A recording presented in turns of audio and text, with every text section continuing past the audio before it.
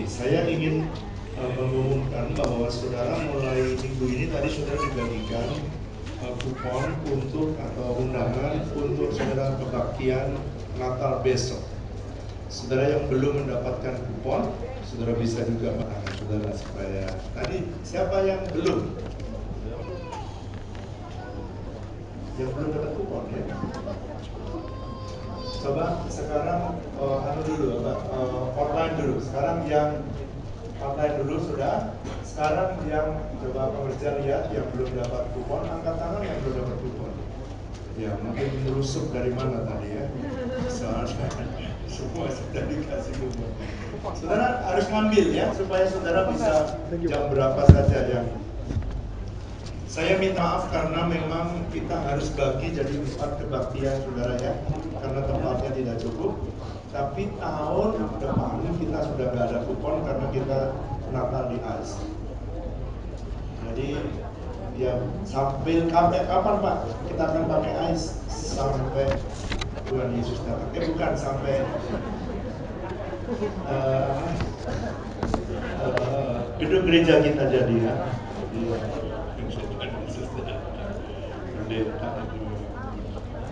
Nah, saya ingin menyampaikan saya break serial building a great people. Saya ingin menyampaikan tuntunan sebab banyak. Saya pengen supaya saudara nanti sampai Januari saudara masih menerima arahan dan tuntunan dengan jelas. Mari, saya ingin menyampaikan pada pagi hari ini siang saya beri tema Ayin Sayin. Kenapa Pak? Sebab mulai ini nggak ada di tempat saudara, ini catatan aja. Mulai tahun 2015 tanggal 28 September sampai 2 Oktober 2016 itu berakhir masa tahun Ayin Faf. Jadi mulai 2 Oktober sore jam 18 atau jam 6 sore atau sabat mereka, kalender Yahudi berubah dari tahun Ayin Faf menjadi Ayin Sayin. Ayin itu 70, Sayin itu 7. Jadi tahun 5777. Nah, Pak, kenapa kita perlu belajar nubuatan di setiap pergantian tahun? Kita perlu mengerti karena, mari baca bersama dengan saya. Dalam 2 Tawarim pasal 20. Apakah ada perintah Tuhan untuk kita memperhatikan sebab kalender kita bukan kalender Tuhan, bukan mengikuti kalender Gregorian, kalender kita. Tapi semua kalender Tuhan itu mengikuti kalender Yahudi.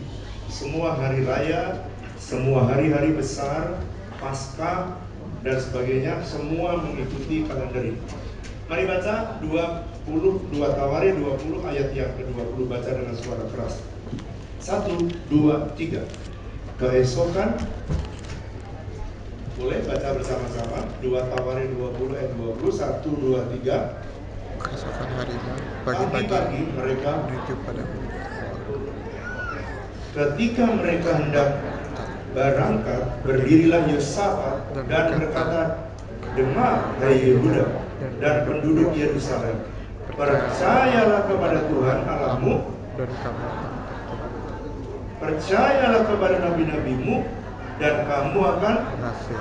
Jadi ini pengalaman Yosafat yang ditulis dalam firman Tuhan. Dia berkata, percayalah kepada Tuhan, kamu akan teguh. Artinya tidak goyah. Di saat peperangan, di saat masa sukar, kalau percaya kepada Tuhan, tidak akan panik. Lalu percaya kepada nabi-nabinya. Kenapa kita perlu belajar nubuatan dari para nabi tentang Ayin Sayin? Ada gereja yang mau tahu, ada gereja yang tidak mau tahu. Tetapi saya mau beritahu, gereja kita ini adalah gereja yang selalu mendengar arahan Tuhan dan berjalan mengikutinya. Yang ngerti katakan amin. Percayalah kepada nabi-nabinya, maka kamu akan berhasil.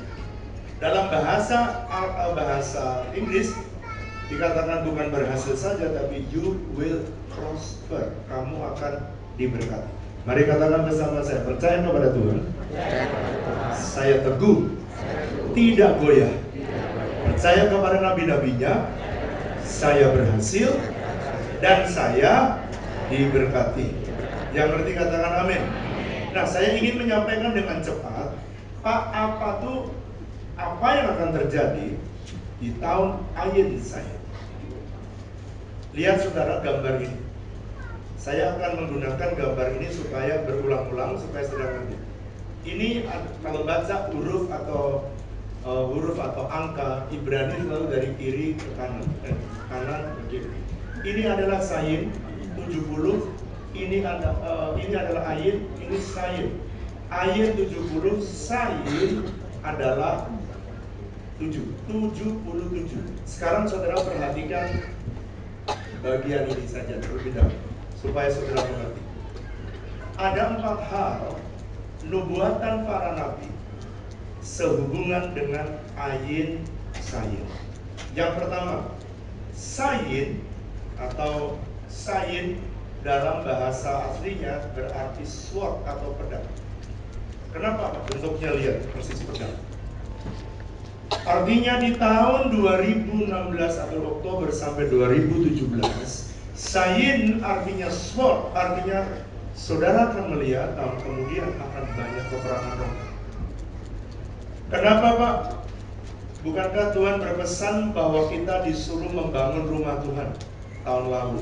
Oh iya, justru pada waktu kita membangun rumah Tuhan, itu ternyata identik dengan peperangan roh. Makanya saudara kalau membangun rumah biasa, gak ada masalah. Iya, kalau membangun gereja, mudah apa tidak? Jawab yang keras. Mudah apa tidak? Tidak. Banyak peperangan. Saudara, kita membangun di Taman Royal, waduh mengalami. Kita membangun yang ada di Tiga Raksa, waduh saudara, peperangannya bukan main. Itu yang kecil, apalagi nanti membangun di tanah 12 hektar. Kira-kira ada peperangan apa tidak? Tapi Tuhan janji, di tahun peperangan Dia janji Anda harus keluar sebagai pemenang. Yang percaya tepuk tangan yang meriah buat Allah kita. Tepuk tangan yang meriah buat Yesus kita. Sekalipun Anda memasuki peperangan rohani, ini janji Tuhan, Anda harus pastikan dirimu keluar sebagai pemenang. Ada 2 cara yang praktis yang harus Anda kerjakan sesuai dengan perintah dari Tuhan. Pertama, saudara harus mulai memperkatakan Mazmur 91. Please tolong saya minta di tahun depan ini, mulai hari ini, saudara harus mulai mengucapkan, membaca atau menghafalkan. Setiap hari, bisa pagi, bisa sore, atau pagi dan sore. Pak, kayak rapal aja Pak? Oh enggak, bukan rapal ini. Ini melakukan seperti Yosua pasal 1 ayat 7-8. Renungkan firman Tuhan dan perkatakan firman Tuhan siang dan malam, maka kamu akan dibuat perjalananmu berhasil dan beruntung. Siapa yang mau tahun 2017 beruntung dan berhasil? Perkatakan Mazmur pasal 91. Ya setuju katakan amin. Itu cara pertama. Kenapa Pak? Kalau saudara Jumat ayat 1 apa ayat 2? Semuanya. Sebab di situ saudara mesti mengucapkan Mazmur 91. Orang yang duduk dalam lindungan Allah yang Maha Tinggi dan bermalam dalam naungan Allah yang Maha Kuasa akan berkata kepada Tuhan, tempat perlindungan dan kubu pertahanan Allahku yang ku percaya. Anda mesti memperkatakan itu. Jadi aku ada di dalam kubu pertahanan, Allahku menjadi kubu pertahanan. Setiap musuh yang menempa hidupku, setiap panah api yang datang, bukan kepadaku, tapi kepada Tuhan jadi kubu pertahanan. Waktu saudara bisnis, pada waktu saudara bisnis, Anda mesti ucapkan Mazmur pasal 91. Dialah yang melepaskan aku dari jerat penangkap burung. Saudara tahu jerat penangkap burung? Penipuan. Tipu-tipu musuh yang Anda dibebaskan. Perkatakan itu, dan itu seperti pedang. Pada waktu Tuhan mengizinkan peperangan roh terjadi, pastikan kemenangan ada di pihak kita. Yang percaya tepuk tangan yang meriah buat Allah kita. Tepuk tangan yang meriah buat Yesus kita. Saudara MacArthur, seorang jenderal, dia berkata begini, It is fatal to enter any war without the will to win it. Adalah sesuatu tragedi atau sesuatu yang fatal kalau kita memasuki satu peperangan tanpa keinginan untuk menang. Kalau saya mau membuat statement begini, satu yang fatal kalau Anda tidak memastikan dalam peperangan, Anda pasti menang. Di tahun 2017, pastikan dirimu keluar menjadi pemenang. Mari katakan bersama saya, sekalipun banyak peperangan rohani yang harus saya hadapi, saya harus memastikan keluar menjadi pemenang. Yang setuju katakan amin. Jadi nanti waktu saudara menghadapi peperangan, ingat, saya minta supaya saudara ingat ini. Pastikan dirimu keluar menjadi pemenang. Yang kedua, saya mau ngajak saudara membaca Wahyu pasal 2. Apa Pak yang harus saya kerjakan supaya saya pasti menang? Wahyu pasal 2 dan Wahyu pasal 3. Saya mulai dari Wahyu pasal 2. Tuhan mengajarkan agar saudara mendengarkan arahan Roh Kudus 7 kali diucapkan. Mari baca Wahyu pasal 2 ayat yang ke-7 dengan suara keras. 1, 2, 3. Siapa bertelinga, hendaklah ia mendengarkan apa yang dikatakan Roh kepada Siapa bertelinga, hendaklah mendengarkan apa yang dikatakan Roh. Apa sih Pak artinya? Ya saya jelaskan. Jemaat di Efesus, itu jemaat di Efesus. Tuhan ingin kalau kamu mau menang, kamu mesti dengar arahan Roh Kudus. Sekarang Wahyu pasal 2 ayat yang ke-11, itu kepada jemaat Smyrna. Tuhan mengulangi yang sama ayat 11 dengan suara keras. 1, 2, 3. Siapa bertelinga, hendaklah ia mendengarkan apa yang dikatakan Roh kepada jemaat. Terus 7 kali, 7 gereja, 7 kali dia berbicara. Siapa bertelinga, hendaklah mendengar. Pertanyaan saya, apakah jemaat di Efesus punya telinga? Punya. Tapi kenapa ya robot telinga pasti mendengar dong Pak? Dengar ya. Belum tentu punya telinga mendengar apa yang diarahkan Roh Kudus. Oleh karena itu kemenangan saudara ditentukan oleh ketaatan saudara mendengar arahan Roh Kudus ke depan. Oleh karena itu saudara, nanti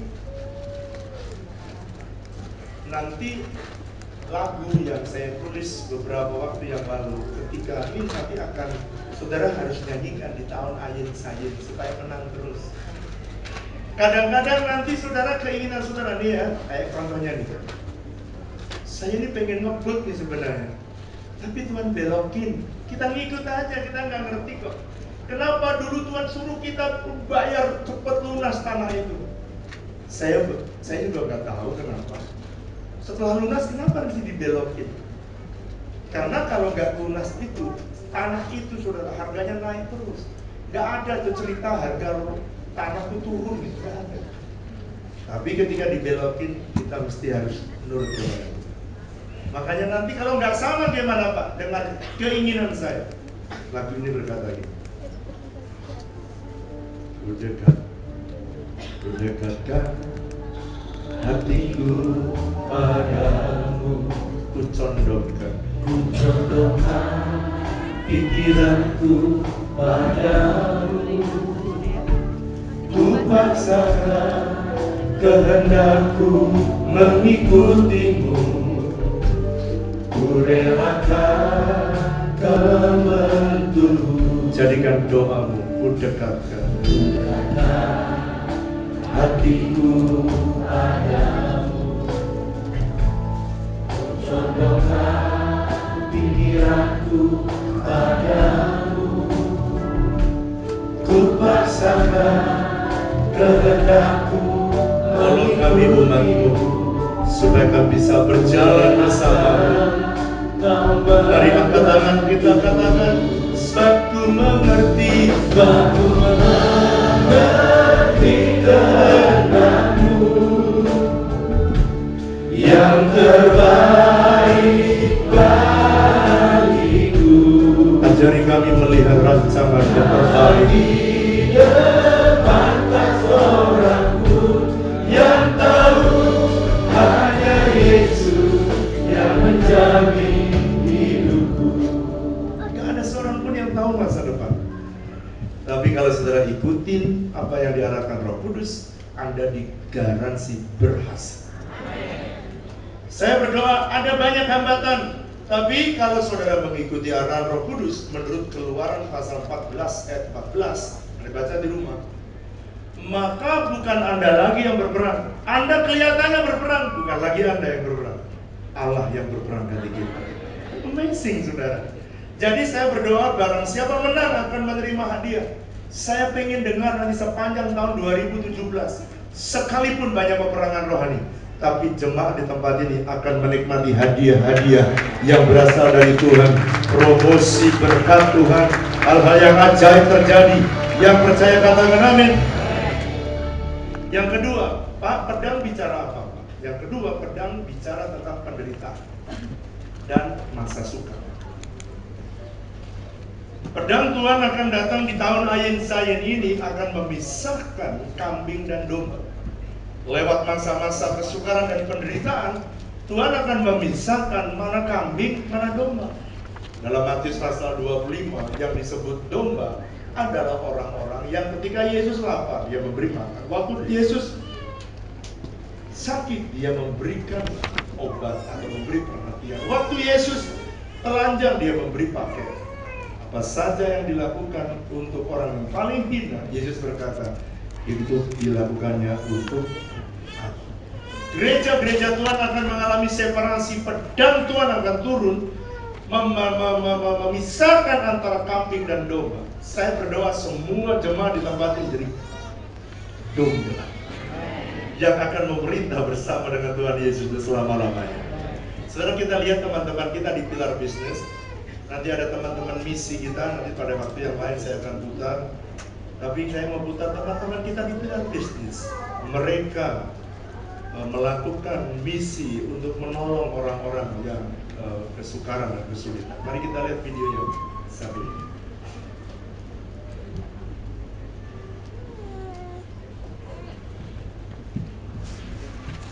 Suaranya mulai dari awal.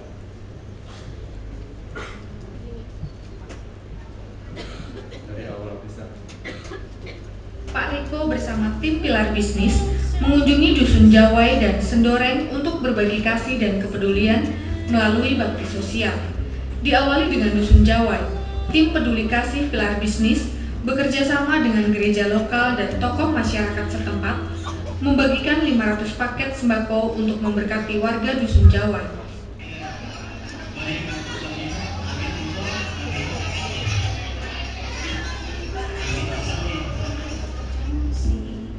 Tim Pilar Bisnis juga memberikan sepeda motor dan dana bagi perbaikan gereja yang masih menjadi kaum minoritas di dusun tersebut.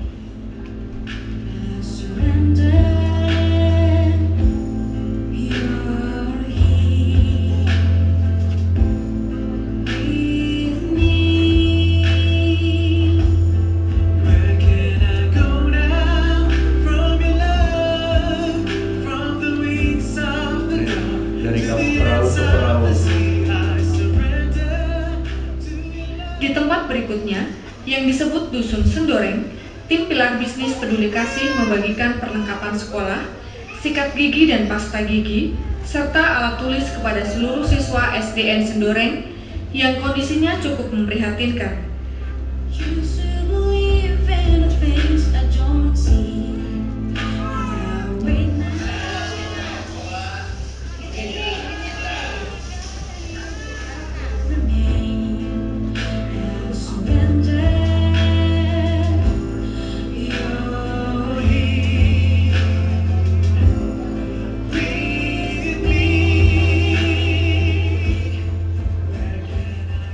Di satu gereja lokal di Sendoreng, tim Pilar Bisnis membuat sumur air bersih yang diberi nama Yakub, dengan harapan keberadaan sumur di tempat itu akan memberkati warga desa yang selama ini sangat membutuhkan air bersih.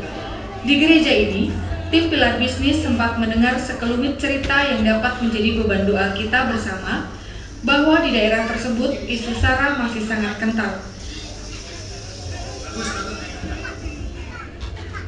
Di mana sebelumnya, gembala gereja pernah diintimidasi lantaran mengadakan ibadah di dusun tersebut.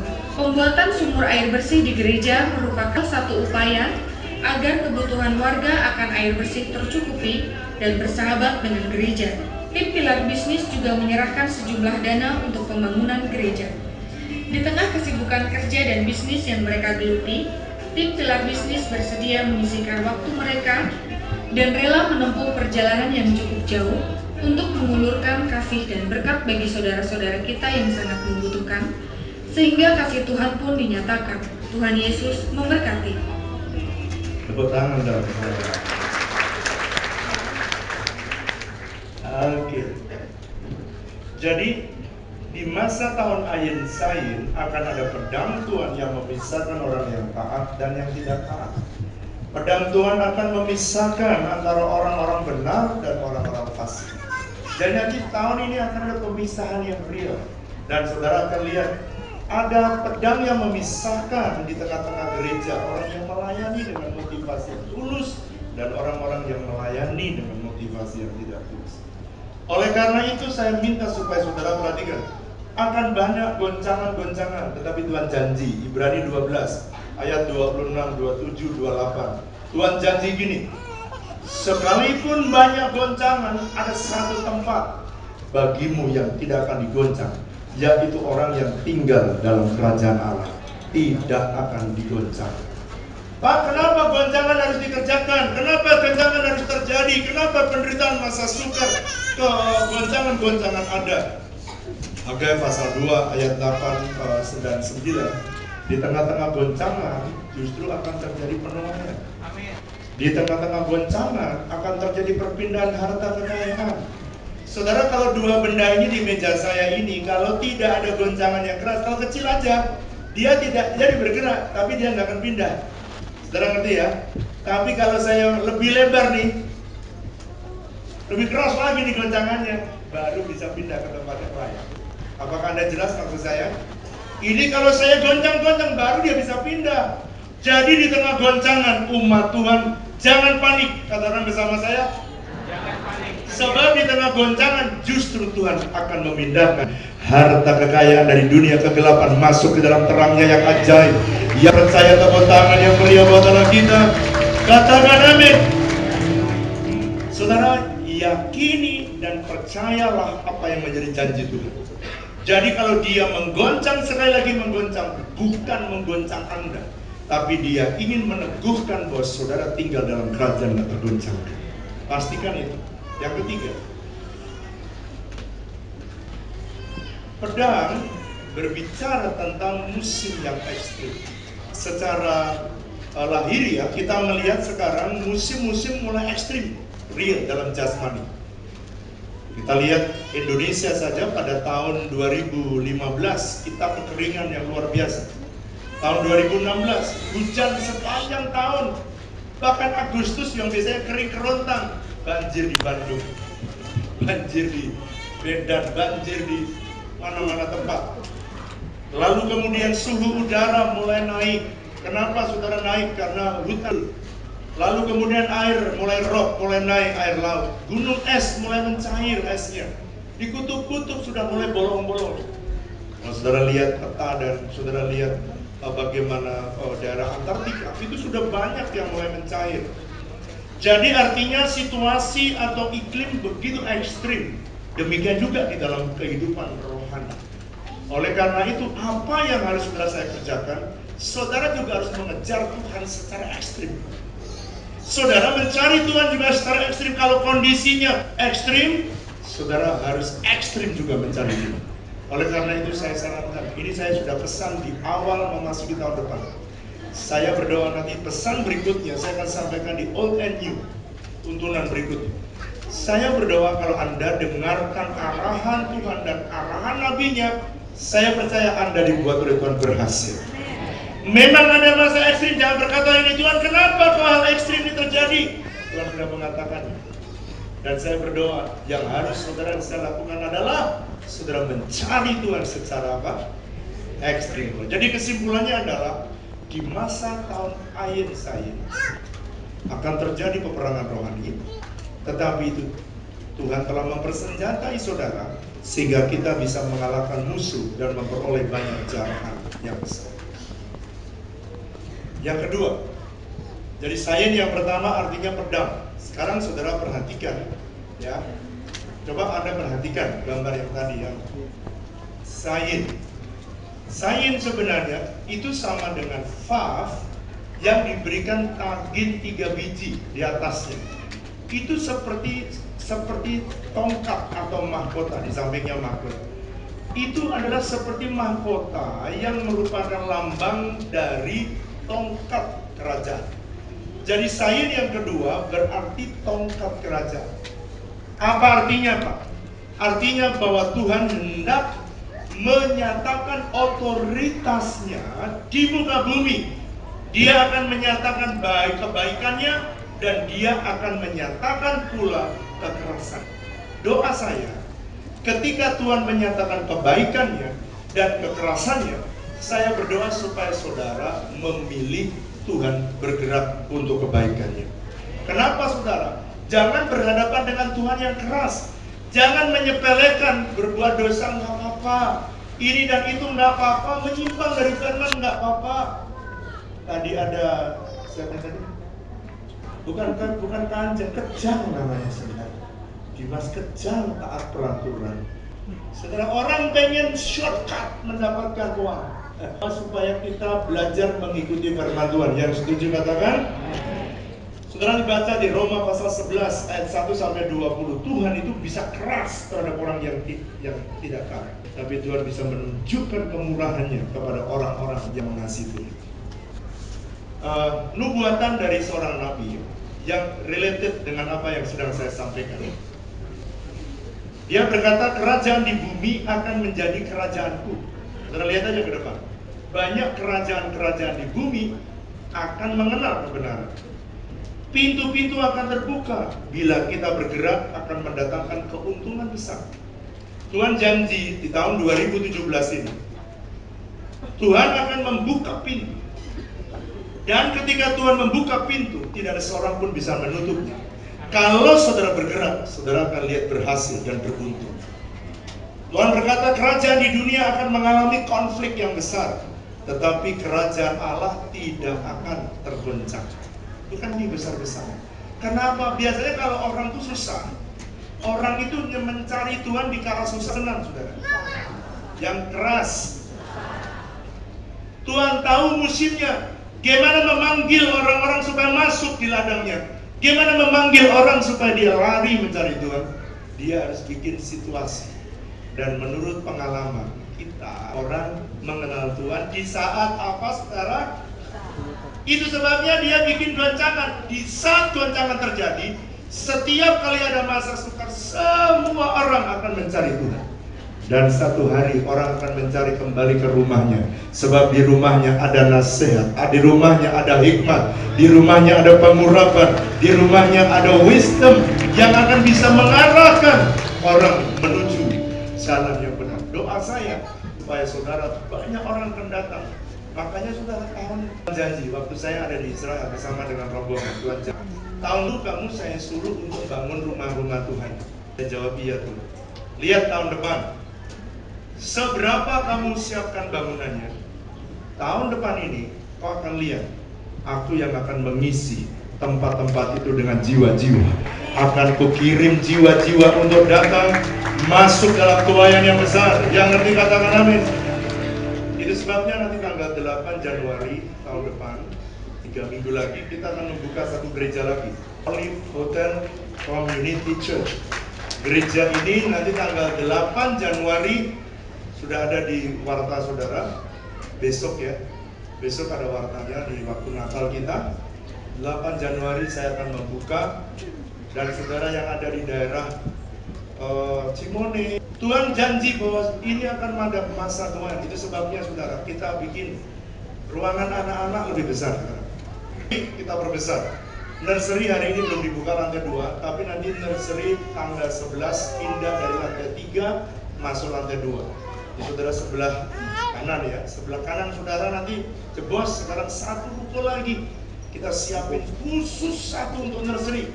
Wah, tidak apa-apa, kejeduk membalabi saudara. Pokoknya kita bikin supaya anakmu sehat, kau keluar dapat firman yang luar biasa. Dan di sana prohibited bagi para laki-laki. Sebab di sana tidak boleh laki-laki masuk, sebab ada ibu yang menyusui, saudara. Apalagi yang bujang dilarang masuk di sana, saudara. Dan Tuhan berjanji bahwa akan muncul satu roh yang akan mengontrol perdagangan ilegal. Roh ini nanti, Roh Kudus ini akan membongkar perdagangan ilegal. Saya mengantisipasi, sekalipun belum, tapi saya antisipasi mengikuti Tuhan. Jadi kalau saudara bertanya, Pak, kenapa sih Bapak sewa ini? Bukan apa-apa, kita antisipasi. Sebab sebentar lagi kita akan lihat lumayan yang besar. Saya bersyukur saudara ada yang mau kebaktian jam 7, datang jam 6, itu caranya memaafkan gembala. Sebab belum punya gedung yang besar. Nanti saudara, kalau kita tahun depan sudah pasti kita di AS, sudah di book, jadi banyak dulu. Akan muncul pasukan Tuhan yang menyerbu kerajaan bumi. Mereka akan membawa keluar apa saja yang baik untuk kerajaan. Jangan heran, nanti saudara, saya kalau nabi-nabi Tuhan bicara begini nih, saya meyakini tahun depan akan ada Tuhan. Saya siapkan ladang-ladangnya, kita siapkan wadah yang kita buka. Dan tidak usah iri, sebab semua gereja yang benar akan menjadi penuh dengan jiwa-jiwa. Sebab tuayan di luar begitu banyak, akan dibawa Tuhan masuk dalam rumahnya. Yang percaya katakan amin. Goncangan-goncangan akan terjadi. Dari mana Pak? Mulai dari utara ke barat, sehingga pemimpin-pemimpin akan bertukuk lutut. Bahkan pemimpin-pemimpin yang berkarakter jahat pun akan memberikan kemurahannya, favornya kepada saudara. Kayak Koresi memberikan kepada Zerubabel untuk membangun rumah Tuhan. Nanti lihat, siapa tahu di saat itu kemurahan izin membangun 10.000 keluar.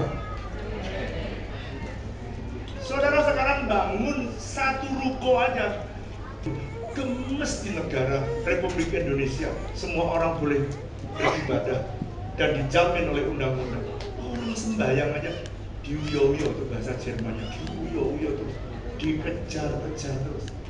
Tetapi kita harus perang, dan itu tidak boleh mengeluh, sebab Tuhan sedang berjanji hal-hal yang luar biasa. Otoritas akan diberikan kepada kita untuk mengusir roh jahat. Akan ada kelaparan rohani. Dengarkan, ke depan saudara akan lihat akan ada kelaparan rohani yang hebat. Saudara-saudaramu yang belum mengenal Tuhan, keluarga-keluargamu yang belum mengenal Tuhan, tahun 2017, janganlah saudara heran. Dulu diomongin sampai berbusa, tidak menerima Yesus. 2017, kau berkata-kata sepatah dua patah kata, tiba-tiba saudara, dia bisa datang dan bertekuk lutut dan mencari Yesus. Satu hari saudara akan membawa keluarga besar masuk di rumahnya. Yang percaya katakan amin. April 2016, Capis dia bernubuat, dia berkata begini, gereja sedang memasuki satu era di mana Tuhan akan memamerkan tabernakel Daud. Saya sudah bicara kemarin, tabernakel Daud bicara tentang pasukan yang prajurit yang gagah perkasa dengan gaya hidup doa, pujian dan penyembahan, dengan unity siang dan malam. Ini akan dipertontonkan Tuhan yang punya impact besar atas ekonomi, atas budaya dan atas agama yang ada di seluruh bumi. Dan dia berkata, tahun Ayin Sayin ini adalah tahun pedang, tahun peperangan, tahun penyembahan, dan juga tahun penuaian. Saya berdoa supaya saudara mendengar apa yang dikatakan para nabinya, supaya ke depan saudara mempersiapkan dengan baik. Yang ketiga, Sayin itu artinya dalam Wikipedia, kalau saudara membaca, arti yang ketiga adalah penis. Memang bentuknya kalau tadi saudara lihat seperti penis. Apa artinya Pak di dalam konteks rohani? Saudara, Sayin di tahun depan ini Anda akan melihat bahwa ini masa di mana Tuhan ingin menikmati gerejanya di dalam sexual intercourse. Jadi Tuhan ingin dia menikmati gerejanya dalam hubungan level yang paling tinggi. Sekarang saudara bisa mendengarkan sebentar. Saudara bisa sambil cek, sambil saya cerita. Ada 4 level.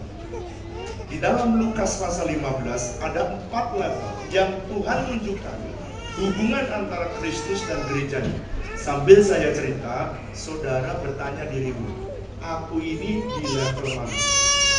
Level pertama adalah level Dalam Lukas pasal yang ke-15 diumpamakan antara dirham dan pemiliknya. Cinta antara Kristus sang pemilik dirham dan dirham gerejanya.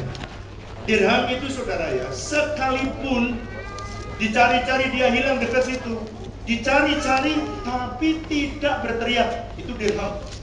Karena dia memang lukisan dirham itu orang-orang yang hatinya beku, orang-orang yang hatinya tak bisa disentuh. Khotbah oleh siapapun tak akan menyentuh dia. Saya masih ingat ada teman saya, saudara, teman pendeta. Jadi saudara aman lah, ini cerita bukan di WTC ya. Jadi saudara tenang saja, tidak perlu saudara noleh kanan, noleh kiri siapa yang diceritakan Pak Wiryo itu. Satu hari ada seorang jemaat meninggal. Ketika suaminya meninggal, dia berkata, Tuhan kenapa nggak suami tetangga saya yang meninggal? Kenapa suami saya? Lalu di tengah-tengah jeritan dia menangis. Lalu kemudian dia pergi ke gereja diantar anak-anaknya. Ketika dia diantar anak-anaknya, ayatnya semua orang dengerin khotbah yang sama. Setiap kali dia dengar khotbah dari pendeta, Yesus mencintai kamu. Malu kita, masa yang lain anet, mami sendiri yang lain ngomong tok. Besok lagi ada pendeta lagi khotbah, Yesus memberkati Anda. Ngomong dong, itu berbulan-bulan. Gak usah saudara jawab ngomong dong, gak usah begitu. Ini ada jemaat ya khotbah ya, begini aja tuh. Gak ngapa-ngapain, cuma begini-begini aja. Makanya jangan lihat saya khotbah sambil begini-begini ya. Itu saya udah gemeter, keringetan. Apalagi saya khotbah Anda kencing. Saudara, itu aja saya gemeter. Apalagi kalau saudara nyaut. Waduh, itu saya langsung, ini sudah kita tutup dalam doa. Tapi untung pendeta itu, dia bilang, Mami sudah berapa lama, kata anak-anak, 3 anaknya wanita. Lalu dia berkata, Mami udah berapa lama? Udah 3 bulan. 3 bulan Mami ngomong-ngomong, tok berubah nggak Mami? Enggak, tambah sakit. Gimana kalau Mami rubah? Rubahnya gimana? Ya sama kayak yang lain lah Mami. Yang lain amin, Mami bilang amin. Spontan dari dalam, ngomong dong. Aduh, kata anaknya kan, iya Mami pengen ngomong amin, tapi keluarnya ngomong dong. Karena dari dalam ini kesel. Akhirnya singkat cerita, anaknya tak bosan-bosan dia mengingatkan mamanya, Mami, ayolah Mami, rubahlah Mami. Maminya berjuang. Waktu masuk di lagi khotbah, ketika gembalanya khotbah dengan lembut, kali ini dia ngerti ada ibu yang ngomong dok terus tiap minggu itu. Jadi dia mulai pilih kata-kata yang mulai baik, dan dia tidak sekeras seperti awal. Saudara, Tuhan Yesus itu baik. Yesus mengasihi saudara semua. Amen. Ternyata dari dalam ini keluarnya itu sulit sekali untuk mengeluarkan dari ngomong dong. Itu ibu yang ngomong dong itu masuk ke depan ngapain? Orang-orang sudah ketakutan, jangan-jangan menyerang pendetanya. Maka sekarang lebih banyak teroris dong. Jadi kemudian dia maju ke depan, ternyata bukan mendekati pendeta, tersungkur di altar. Dan ketika dia sujud, dia menangis. Dan sejak itu dia dilawan Tuhan, hatinya dipulihkan dari semua batu yang membelenggu-belenggunya. Saudara, dia pulang, singkat cerita yang saya cepat. Dia jualan pecel, biasa jualan pecel biasa. Tapi ketika dia jualan pecel, yang bumbunya sama, sayurnya sama, yang berubah yang ulang, hatinya baru. Pada waktu itu biasanya pulang sampai sore baru habis, pertengahan siang sudah habis. Dia tambah pembantu satu, jam 9 habis, tambah 2 pembantu, 3 pembantu, 4 pembantu, sampai akhirnya jadi restoran yang laku keras. Dulu dia pakai sepeda motor, sekarang naik Mercy, saudara. Ibu ini sekarang jadi pelayan Tuhan yang luar biasa. Tepuk tangan yang mulia buat Allah kita, katakan amin. Makanya jangan putus asa di tengah penderitaan. Ikuti Tuhan, kadang-kadang di tengah proses sakit hatimu akan melahirkan mutiara yang hebat. Saudara tahukah bahwa diamond itu dihasilkan dari sama-sama, tapi dari peleburan panas yang paling panas menghasilkan hardness yang paling tinggi. Saya berdoa kegagahan seseorang, kekuatan tergantung dari masa sulit yang saudara dan saya bisa lewati. Jangan pernah menyerah. Level kedua, dalam Lukas pasal 15 itu hubungan antara domba dan gembala. Gembala Tuhan, domba yang suka menyimpang sendiri, itu gereja. Bedanya apa Pak dengan dirham? Dirham itu beku, dia nggak bisa berteriak, dia nggak bisa seperti dirham, nggak bisa waktu dicari. Gimana Mbak? Dia nggak bisa berteriak, Mbak, mudah carinya. Yang ketiga, level ketiga, anak hilang dan bapak. Ini kisah kawan dan gerejanya. Ada banyak orang yang meninggalkan Tuhan. Lukisan yang ketiga ini. Kalau anak bedanya dengan dirham, dengan domba, anak ini sesat kalau domba nggak bisa pulang sendiri. Tapi kalau anak bisa pulang sendiri. Makanya saudara di gereja ada orang yang come and go. Ada kalau kepahitan keluar gereja. Begitu cari haus kepada Tuhan datang lagi. Ada nggak orang begini? Banyak saudara. Makanya kadang-kadang loh, kok datang malah kadang-kadang saudara asyir bisa membuat kepahitan. Shalom Pak, shalom. Loh kenapa lagi kan? Menghilang selama ini. Kalau ada jiwa-jiwa lama yang datang kembali, saudara mesti jangan sambut begitu. Ay saudaraku sudah lama kau mencari. Itu dengan para asyir dengarkan, jangan pura-pura tidak mendengar ya. Tolong kalau ada orang lama kembali jangan bilang loh masih hidup kamu. Jangan begitulah. Saudara kalau ada yang begitu, bagaimana kalau kita rangkul ya laki sama laki, sudah menanti kamu datang. Pasti itu menangis sebelum saya khotbah sudah menangis saudara. Dahsyat kan, mari dibawa sudah ada air mata makanya. Dia bilang ini di gereja ini belum pernah kucumpai kayak gini. Sekarang saya tidak akan pernah meninggalkan gereja ini. Tapi ada level yang keempat.